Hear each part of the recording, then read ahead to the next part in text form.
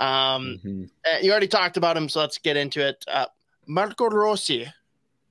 Apparently that's how you pronounce it now. I'm going to lead the witness a little bit here too.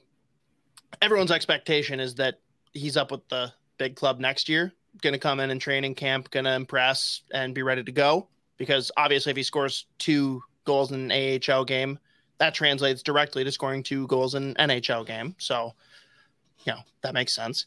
But we already talked about how things fit for next year, right? Like ideally you keep JoJo and you've got X centering him and Boldy. You've got, the first line of Zuccarello, Kaprizov, and Hartman.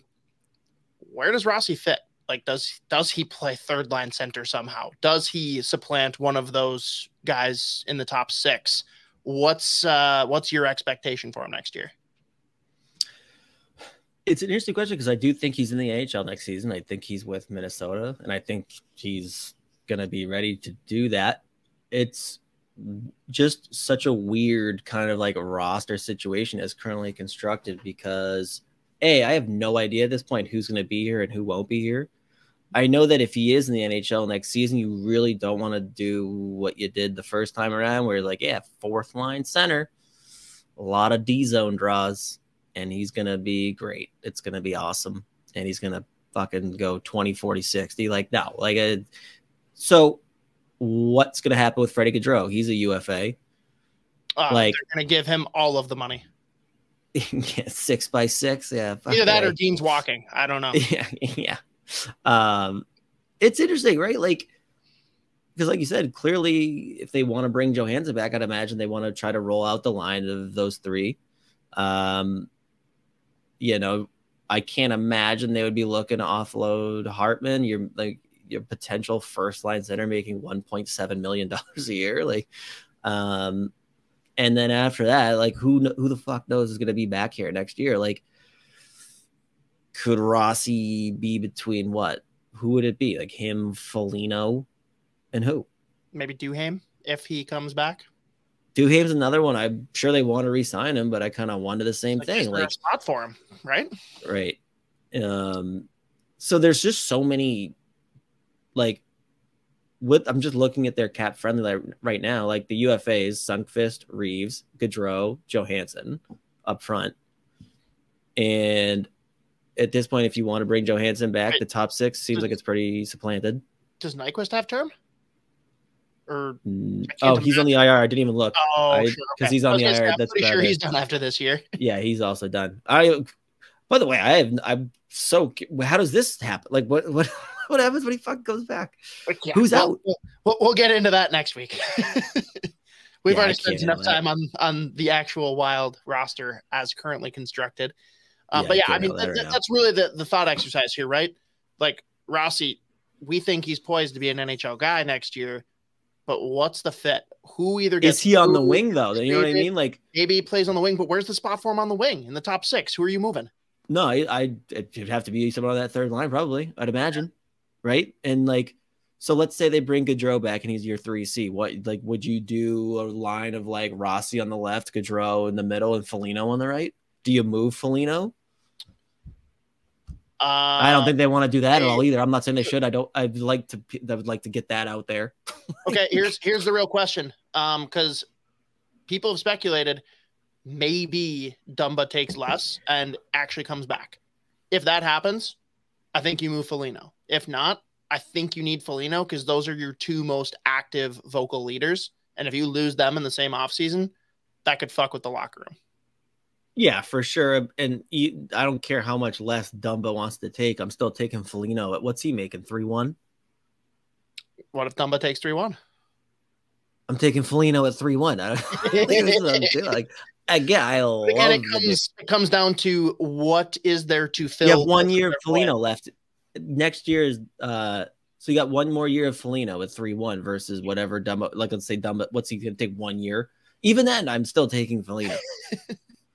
I would actually judge the shit out of Dumba if he took a 1 year cheap deal in Minnesota. Like that'd just be Oh, I think he's the biggest beauty in the world. He already probably is. He's high and he's such a, oh God, what a beauty. Yeah, people need to stop shitting on him, but that's beside the point. So yeah, I mean, let's transition then. I mean, because Rossi could be anywhere then, right? Like we don't know where he'll end up. He could be centering any of those three lines, depending on who stays and who goes.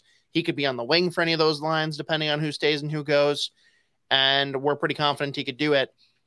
Is the writing on the wall then that Adam Beckman and Sammy Walker like really just don't have a chance to earn a roster spot next year? Or do you think there's still an opportunity for him?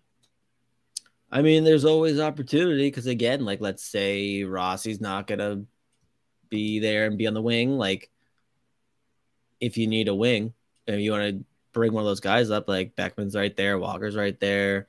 Again, like, who even knows if they're going to bring Freddie Gaudreau back? I'd imagine like that would be. I mean, I'd be pretty surprised if they didn't. But I mean, even if he is back too, nothing says he has to play center either. But yeah, no, I mean, this is the predicament they find themselves in, right? Like, you're not bringing back. They're gonna give Reeves 5x5. Brett's crying and Isha celebrating. Yeah, I know. It is just such a weird. Again, it's the same thing because, like, the fact that Johansson came back in and was this good, and he's probably going to take a cheap deal if they want to bring him back, which I imagine they do. That kind of like really throws a wrinkle at like some of the other plans with the younger guys. Like, I really don't know. Like, I really don't. But there's always an opportunity, right? Like, there can't not be. Like, then I don't know what you're doing at that point. If you're like, no, there's no chance. I mean, more for the opening roster, right? Like, I think there's a good chance both of them could get time during the year, but short of injuries, like, I just feel like it's really hard unless we're shedding a ton to get them up. Right. Yeah. And again, and this is why I'm sitting here saying, like, their roster situation is so weird, especially with the contracts. Oh, we're going to have a lot to talk about this summer. It's going to be all over the place. It's going to be crazy.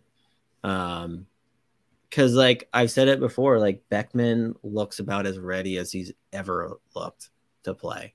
Like, he's injured now. He's been out for like 2 weeks, I think.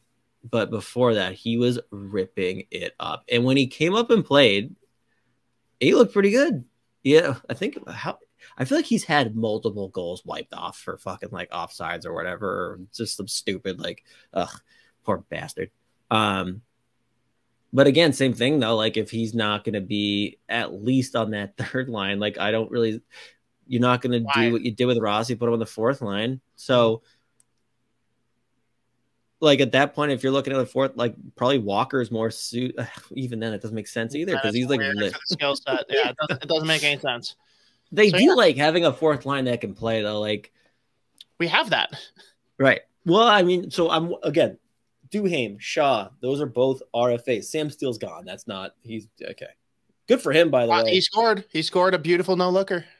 Yeah, that was something. He's gone. But like, there you go. You got Duhaime and Shaw, both RFAs. You don't have a ton of money. I'm sure there are plenty of teams that would love both of them. Do you move one or both? Yeah, that's the beauty of it. Now we got a lot of options. Thank God this isn't our job, by the way. Holy shit. Right? Nah, dude, Bill Guerin's job's so easy, and he's fucked it up the whole way, right? That's what everyone says on Twitter. Yeah, exactly. But no, not our problem, and we'll get to have a lot of fun coming up with our own hypotheticals all summer.